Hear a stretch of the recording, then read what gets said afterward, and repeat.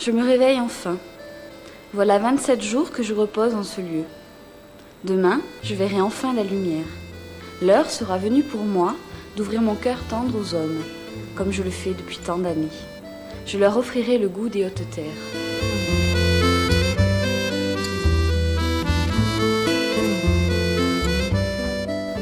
Je suis gorgée des parfums du terroir des monts du Forez, situé en plein cœur des montagnes volcaniques du Massif central. Ce berceau est à l'origine de l'incalculable diversité de mes saveurs, de mes arômes et de mes couleurs.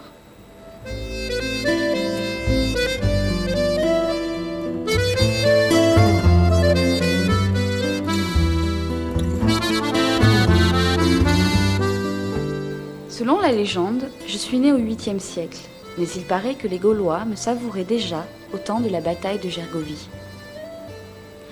On dit même qu'au Moyen-Âge, je servais à payer la redevance due par les paysans aux seigneurs ou au clergé, comme en témoignent encore ces pierres d'Imal à mon effigie. Au 19e siècle, j'accompagnais les femmes et les enfants qui, en période d'estive, de juin à octobre, rejoignaient les jasseries des hauts plateaux des monts du Forez. Pendant l'été, les femmes s'adonnaient à ma fabrication à l'aide d'outils et d'ustensiles traditionnels, puis me vendaient sur les marchés locaux d'Ambert ou de Montbrison. Le 9 mai 1972, c'est avec fierté que j'ai été couronnée Miss AOC. J'ai alors rejoint le cercle restreint des fromages d'appellation d'origine contrôlée.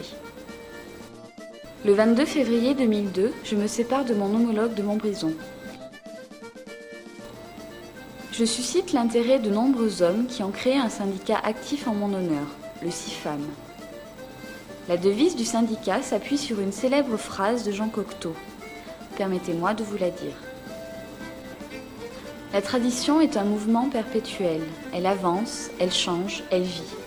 La tradition vivante se rencontre partout. Efforcez-vous de la maintenir à la manière de votre époque. Ce syndicat, cette appellation d'origine a été créée pour bien marquer et délimiter un terroir, des habitudes de fabrication et une origine propre à ce fromage bien particulier qu'est la fourme d'Ambert, cette grande dame au cœur tendre comme j'ai l'habitude de la définir. Je nais de la fermentation d'un lait chauffé à 32 degrés et recueilli dans de grandes cuves. Par l'empressurage, ma texture se raffermit en un gel compact et consistant. C'est alors qu'un tranche-cahier découpe ce gel pour produire des grains de 1 cm de côté. C'est la taille de mes grains de cahier qui déterminera la cohésion, l'ouverture et l'humidité de ma pâte. Pendant de longues minutes, je suis brassée par des systèmes articulés. D'abord lentement pour ménager mes grains encore fragiles, puis de plus en plus vite. Mes grains s'entrechoquent comme des billes et finissent par être coiffés ou enveloppés d'une pellicule mate qui empêche le lactosérum de s'échapper.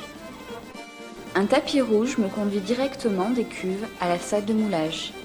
C'est alors que mon cahier est réparti à la main dans des moules qui dessinent déjà ma future silhouette élancée. Ces moules sont retournés régulièrement pour accélérer l'égouttage qui dure de 24 à 48 heures. C'est à partir du 3e jour que j'obtiens ma forme définitive. Aussitôt démoulée, je suis salée en surface. Ah, ça chatouille! Après cette séance de salage, j'attends 2 jours pour être piquée. De longues aiguilles me transpercent le corps. C'est grâce à cette opération que l'air pénètre dans ma pâte et donne le persillage bleu de la fourme. Je suis placée dans des caves d'affinage à température constante d'environ 10 degrés. C'est ici que mes saveurs se combinent entre elles, jour après jour. Les heures se suivent si bien qu'une croûte naturelle se forme autour de moi et mon bleu se développe progressivement.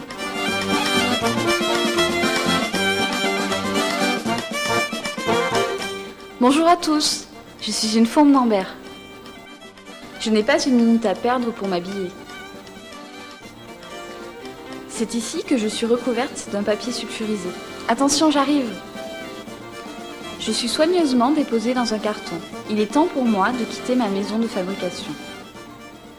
Une AOC est en règle générale un titre de noblesse, entre guillemets, que l'on attribue à un produit qui se fait de façon très spécifique et particulière dans un territoire donné. Le décret va d'abord stipuler la forme du produit, tous ses aspects techniques et les conditions dans lesquelles ce produit sera fabriqué. Et le deuxième critère que va fixer le décret, c'est bien sûr sa zone de production qui est très délimitée et très précise.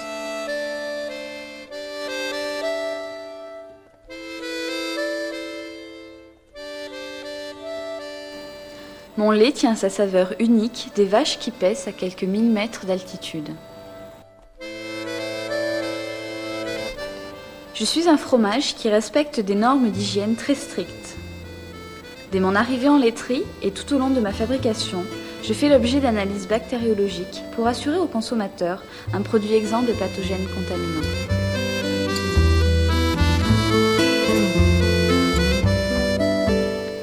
La réglementation AOC à laquelle j'obéis porte sur les locaux, les équipements, la circulation des produits et des hommes. Une fois ces conditions remplies, je suis autorisée à être vendue et exportée aux 4 coins du monde.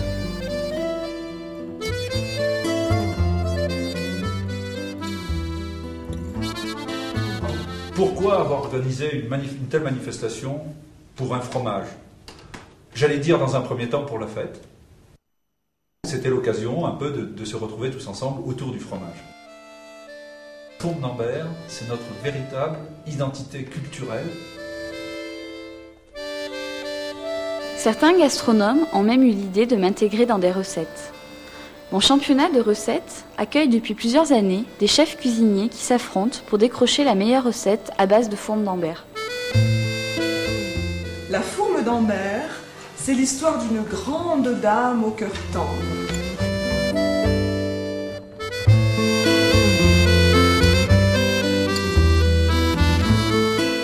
Je suis tellement fière d'exister à travers ces enfants.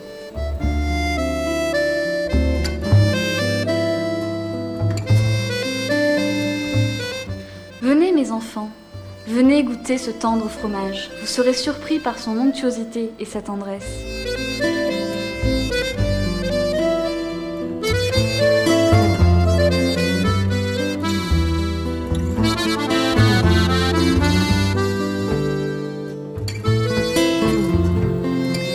Alors ? Oui, bien évidemment que c'est bon.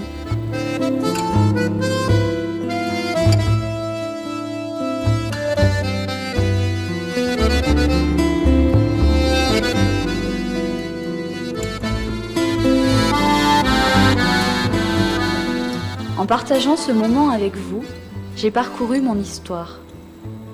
Une existence qui témoigne d'un savoir-faire ancestral adapté aux techniques de fabrication modernes. Je suis une preuve de l'histoire, un produit à l'éternelle jeunesse, qui représente la beauté et la pureté de toute une région. Je vous offre mon cœur. Laissez-vous tenter par le goût unique des Hautes-Terres.